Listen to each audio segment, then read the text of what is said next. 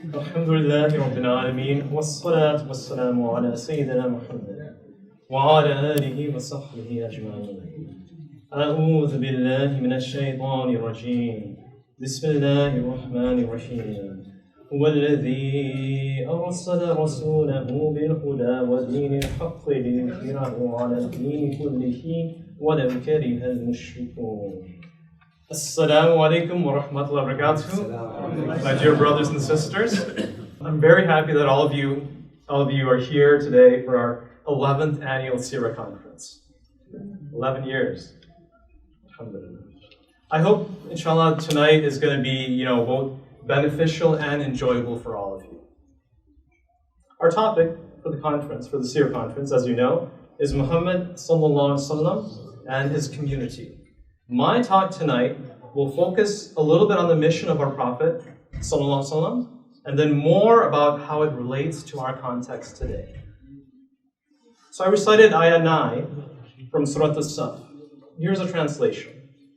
It is He meaning Allah subhanahu wa ta'ala, it is He who sent His messenger sallallahu alaihi wasallam with the final guidance and the religion of truth, that He may make it manifest over all other systems, even though those who associate others with Allah may dislike it.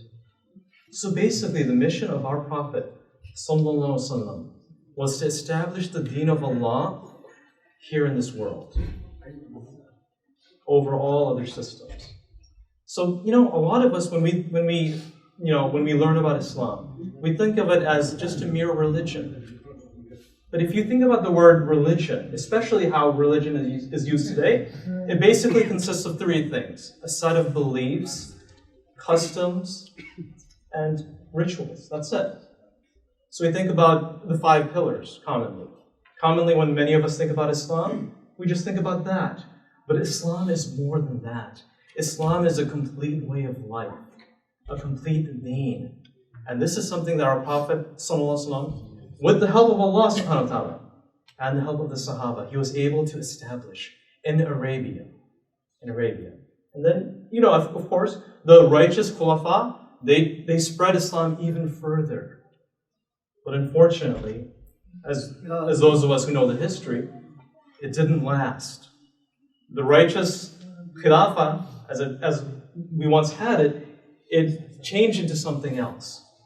What did it change it to? Dynasties, monarchies. It started with the Umayyads, and then the Abbasids, and then the Ottomans. And then there were other ones too, but these are the 3 major ones. So yes, there was some sort of Khilafah at that point, but the spirit of Islam wasn't there. Not 100%. Maybe in some cases it was there, maybe 90%, maybe 80%, maybe less. But that spirit wasn't there anymore. So now we don't have any type of khilafah at all. All of that's gone. So what are we left with? What do we do? What do we do now? We have to think about that. As believers in Allah subhanahu wa ta'ala, as slaves to Allah subhanahu wa ta'ala, we have to obey Allah in everything possible. Islam is a complete package. Yes, we have very strict guidelines on how to pray. But even when it comes to collective affairs, we have guidelines. We have guidelines for a political system, guidelines for an economic system, guidelines for a social system. And within these guidelines, we have flexibility. But we have to follow these guidelines because Allah subhanahu wa ta'ala, He knows what's best for us. So now I'm going to recite one more ayah. This is ayah 25 from Surah Al-Hadid. أعوذ بالله من الشيطان الرجيم. بسم الله الرحمن الرحيم. لقد أرسلنا رسلنا بالبينات وأنزلنا معهم الكتاب والميزان ليقوم الناس بالقسط وأنزلنا الحديد فيه بأس شديد ومنافع للناس وليعلم الله من ينصره ورسله بالغيب إن الله قوي عزيز. So here's a translation. We have indeed sent our messengers with clear proofs and sent down with them the book and the balance so that people may uphold justice We also sent down iron, wherein is material for military might, as well as many benefits for people, so that Allah may know those who help him, his cause, and his messengers, though unseen. Surely Allah is powerful and mighty. So let's take a step back. Why did Allah subhanahu wa ta'ala send the messengers to mankind? Why did Allah subhanahu wa ta'ala send messengers to people? Essentially for guidance. Essentially for guidance. Guidance to the truth, the ultimate truth. The truth about Allah subhanahu wa ta'ala, that Allah subhanahu wa ta'ala created all of us, and that He alone is worthy of being worshipped. The truth about the hereafter, that all of us will be judged. And Allah subhanahu wa ta'ala will look at every single thing that we do, whether it's big or small, and He'll judge us in the most fair way possible. The messengers taught us about Jannah and Jahannam. It's eternity. It's eternity. So when it comes to eternity, we have to take care of ourselves. We have to do what's best for us. You know, a lot of us spend a lot of time planning for our retirement. And I don't want to discourage you from doing that. Definitely do that. Because Allah subhanahu wa ta'ala wants us to plan. But our ultimate retirement is going to be where? In the akhirah. Inshallah, in Jannah. May Allah grant us all Jannah. Ameen. But there's something more. The messengers were also sent for another very important reason. And this reason we covered in this ayah. For justice. For justice. So that human beings, so that we as a people, as a community, establish justice in our societies. Allah subhanahu wa ta'ala wants us to establish justice. That's why He sent guidance for us. That's very important. So now, our Prophet ﷺ, his mission, as I mentioned, was to establish the deen of Allah. And the main benefit in establishing the deen of Allah is that divine justice is established.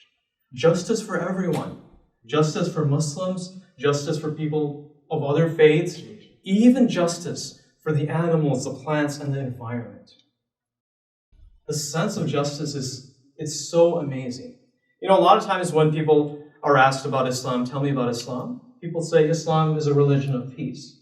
And that's true, definitely true.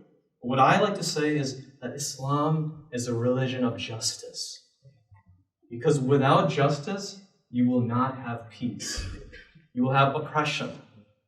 We need justice here in this world. And yes, things, especially here in America, alhamdulillah, we're blessed. We're blessed.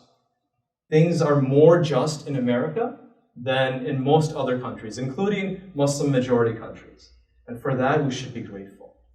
But yes, there's still room for improvement, definitely. But let's get back to this. So one other thing I wanted to mention about justice is justice on the Day of Judgment.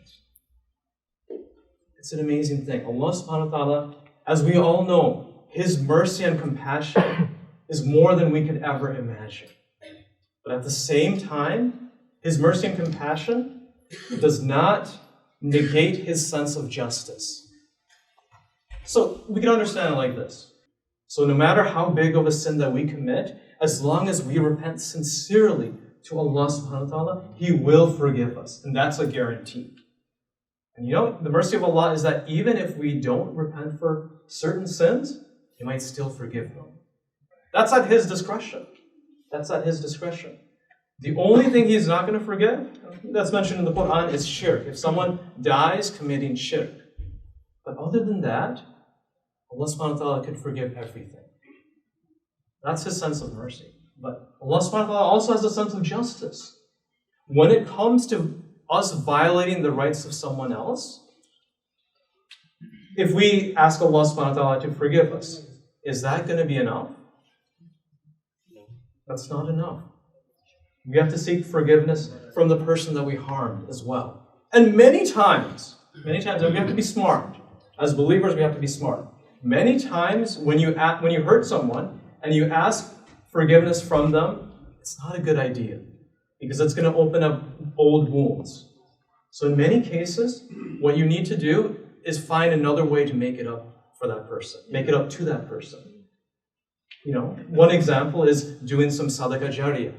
and asking Allah subhanahu wa ta'ala to give credit to this person. And maybe other things that you can do, that you can benefit this person. But the thing is, if we don't settle things here, the score is going to be settled in the akhirah. And that's scary, my dear brothers and sisters. May Allah save us from that. But yeah, so this, basically, I wanted to highlight all of that because the sense of justice is extremely important to Allah subhanahu wa ta'ala. So now let's get back to us. So what do we do? How do we establish justice here in our life? We live in a very different life than, our Prophet ﷺ and the Sahaba. 1,400 years apart, different continent. Technology is different, lifestyles are different. People are different in some ways. But the nature of human beings is still the same. And Allah subhanahu wa ta'ala knows that.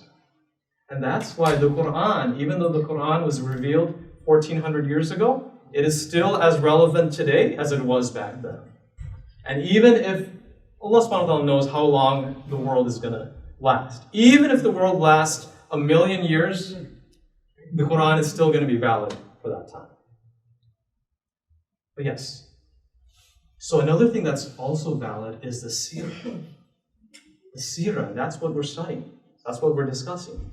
So yes, we might not be able to copy every single thing from the life of our Prophet ﷺ, but we could still gain the lessons.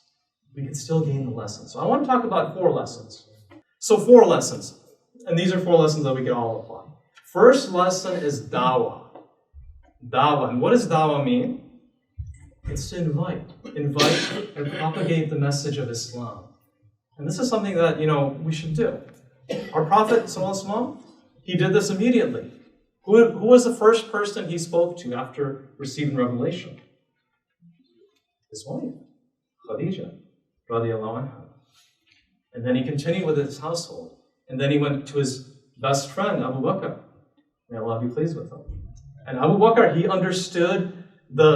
understood how serious this business is. So Abu Bakr, he started the work right away, the work of dawah.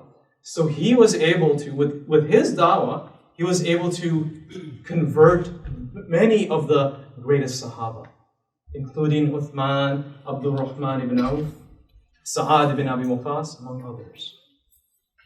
The Sahaba, they understood the importance of the work of dawah. They continued it, in the lifetime of our Prophet ﷺ, but they didn't stop there. After the death of our Prophet ﷺ, most of the Sahaba, they actually left Mecca and Medina. If you think about how many Sahaba, percentage-wise, were buried in Medina, it's a very small percentage. I can't remember the exact number. Maybe 10%, maybe 20% tops. All the other Sahaba, they went out to spread the message of Islam. So dawah is something that all of us can do. And I know a lot of us, we have very busy lives. We're busy with our families, with work, with school, with different things. And yes, Allah subhanahu wa ta'ala, He knows our situation. He knows our abilities. He's only going to judge us based on what we can do. But one thing that all of us can do when it comes to dawah is dawah through our character. Being a good Muslim is the best form of dawah that we can do. Being a good Muslim in every sense.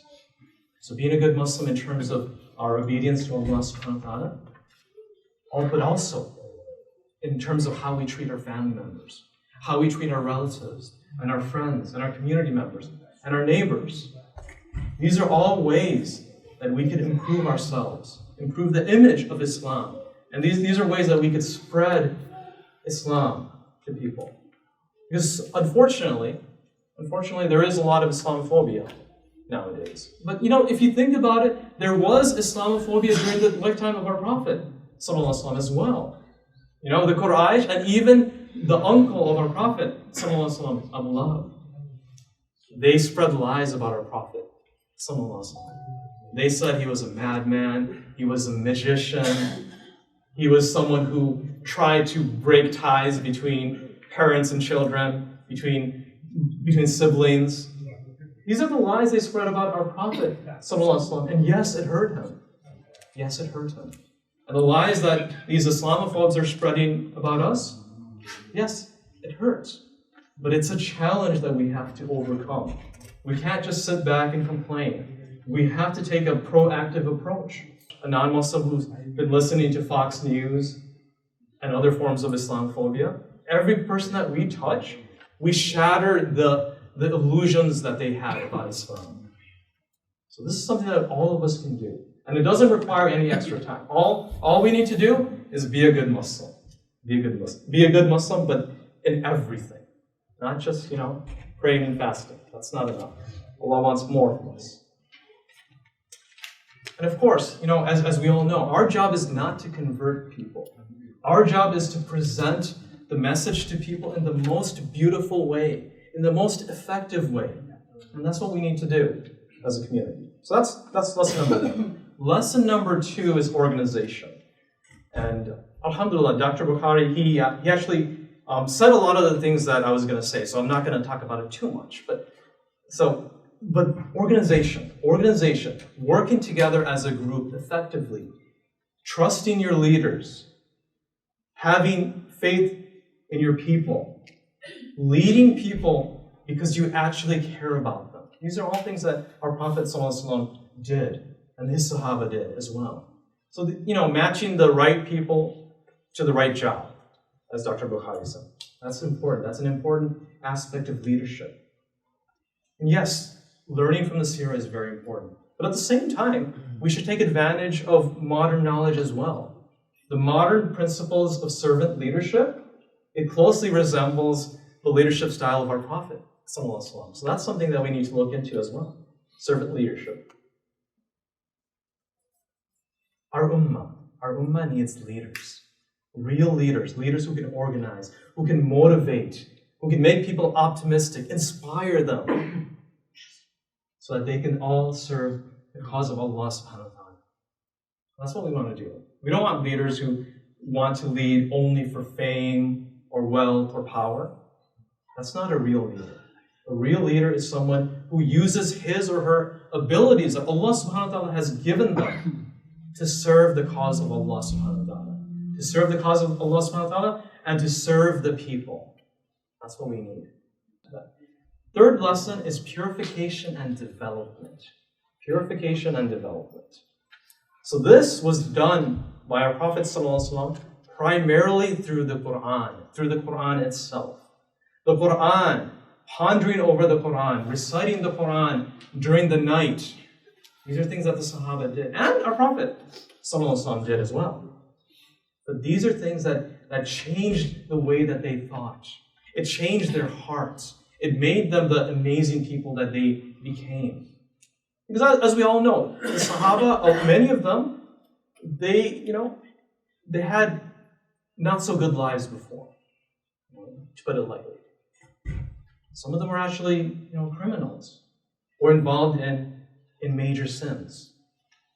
But after they became Muslim, it might not have happened overnight, but through the Quran, they became the best of people after the prophets. The best of people after the prophets. And because of that, our Prophet ﷺ was so successful. Because he had help. The other prophets, many of the other prophets and messengers, they did not have the support of their companions. Right? So we know the story about Musa alayhi salam. We know many stories about Musa alayhi salam. But when he was told to go to the Holy Land, Philistine at that time, and at that time they had to fight physically. So he asked his people, the children of Israel, to fight with them. And what did they say? They said, "Go, you and your Lord fight." They refused. And that's why Musa alayhi salam, in his time, they weren't successful. From a worldly perspective. Because ultimately, Allah subhanahu wa ta'ala, He's the one who controls the results. But He's going to judge us based on our efforts. Okay, so purification and development. Another thing that I wanted to add was, one of the ways that we can do this, and one of the easiest ways we can do this, is to have good company. Being in the company of your brothers and sisters who also fear Allah subhanahu wa ta'ala, who also want to be good people and want to help society. That helps. That alone raises our iman. But really what we need, especially in the modern world, is we need people to really ponder over the Quran, to dive deeply into the Quran, to gain the wisdom of the Quran. And so that would give us iman with an intellectual dimension. And this is something that we need. This is something that we need. The more deeply we ponder over the Quran, the more we realize that only Allah subhanahu wa ta'ala could have given this. This would never come from any human being or any jinn or anyone like that. Because there's a certain way that Allah subhanahu wa ta'ala speaks that no other creation could ever speak. There's a way that Allah subhanahu wa ta'ala knows us because He created us. So He knows our weaknesses, He knows our strengths. But ultimately, Allah subhanahu wa ta'ala, He wants us to strive for His cause. To strive for His cause. He doesn't expect perfection from us. He does not expect perfection from us. Because He already has a creation that's perfect. The angels, right?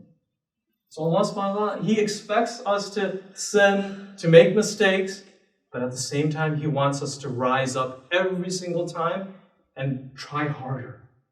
And say, Allah subhanahu wa ta'ala, I messed up. I'm sorry. But next time, I'll do better. Next time, I won't make this mistake again. That's what Allah subhanahu wa ta'ala wants from us.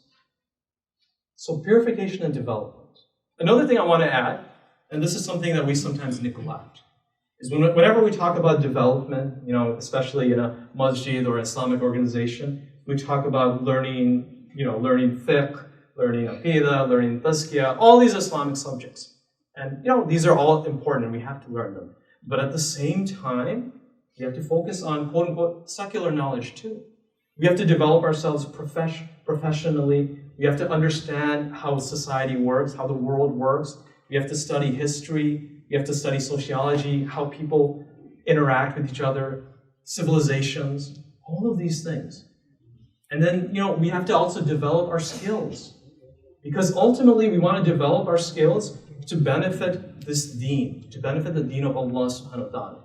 And ultimately, we're doing all of this. All of this that we're doing is to please Allah subhanahu wa ta'ala, to gain His mercy and pleasure in the akhirah. And may Allah make that happen for all of us.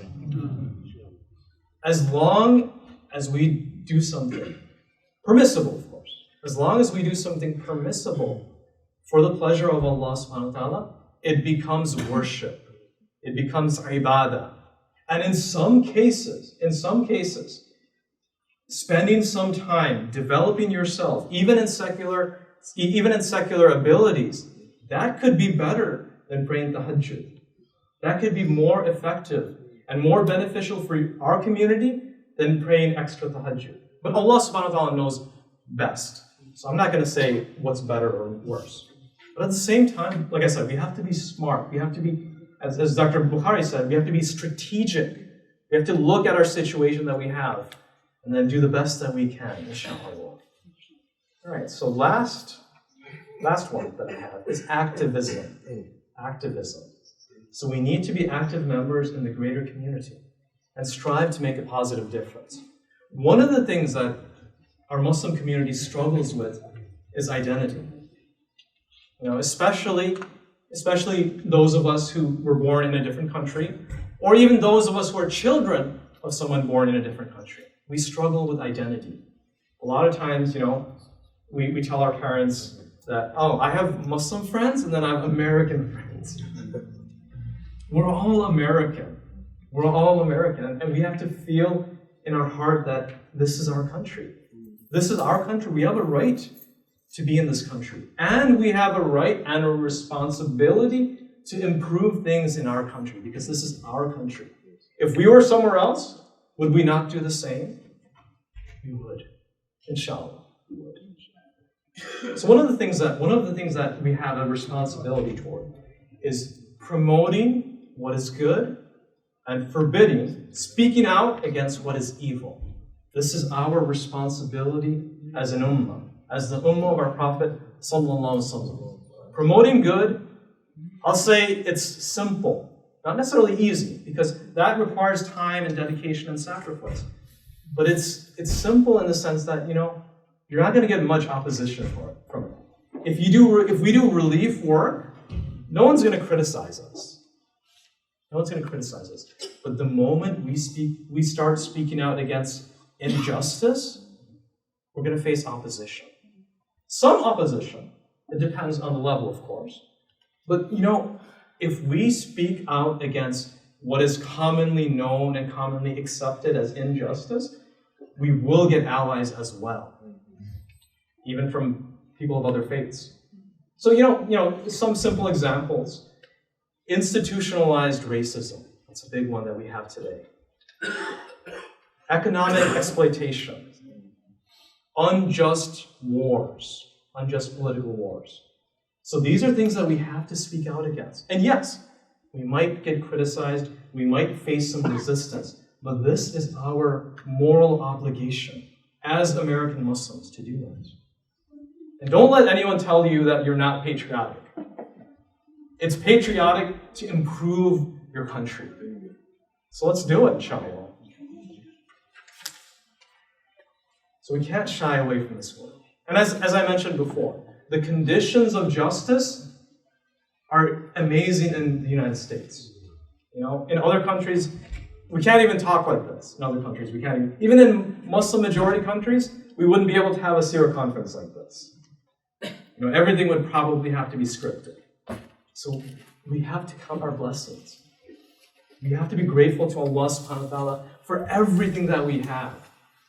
And one of the ways that we can show this gratitude is use whatever abilities that Allah subhanahu wa ta'ala has given us for the benefit of the deen of Allah subhanahu wa ta'ala and the benefit of people.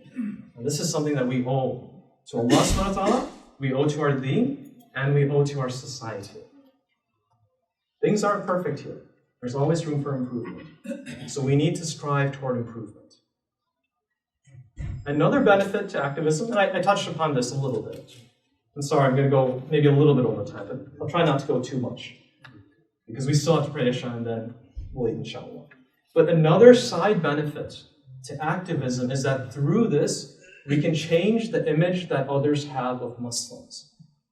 And this is something that I hope for one day. One day, you can call me a dreamer for hoping this, but I'm really optimistic about things. So I hope one day, when a non-Muslim sees a Muslim walking down the street, he or she immediately feels a sense of peace and tranquility just by seeing a Muslim. That's what I hope for. I hope for that. And I hope for one day, whenever someone does a business transaction with a Muslim, they feel rest assured that they will be treated fairly. Unfortunately, and this is, a sad thing, that we as Muslims, a lot of times and I'm probably guilty of this myself, is that we would rather do business with a non-Muslim than our own Muslim brothers and sisters. Because we trust non-Muslims more than we trust Muslims. And that's a sad reality. And this is something that we have to change. And let's change this together. Together as a group, as a jama'ah, as a community. Because any positive change that happened in society was not done by one person. Yes, one person might have started it, but everything positive, even negative for that matter, but everything positive requires a group effort. Even the prophets and messengers, they were given miracles, right? They're all given miracles. But in terms of changing society, that had to be a human struggle. That had to be a human struggle. That was not done by miracles. So my dear brothers and sisters, we have to work together. And yes, there will be challenges. There will be conflicts here and there. But we have to still work our best, As leaders, we need to improve our leadership ability. But as non-leaders, as people under a leader, we need to, be a little more forgiving to our leaders, for lack of a better word. But yes, so we need to improve in all possible ways. But Allah subhanahu wa ta'ala, as I mentioned, He's not going to judge us for our results. He's going to judge us based on our efforts. So let's do the best that we can. Let's strive to please Allah subhanahu wa ta'ala. So with that, I'll probably end, inshallah. So one last thing I wanted to mention is that, let's always remember to be grateful to Allah subhanahu wa ta'ala for everything that He has given to us. But at the same time, let's open our eyes to the world as it is, not as the way that we want it. Let's open our eyes to the way the world is. We have to first understand the flaws in society before we're able to change it, before we're able to transform it. So we have to be realistic, whether it comes to our own flaws, our personal flaws, or the flaws of society. We have to be open to seeing things how they actually are, and then strive towards improving them. And inshallah, if we all make the effort, things will improve.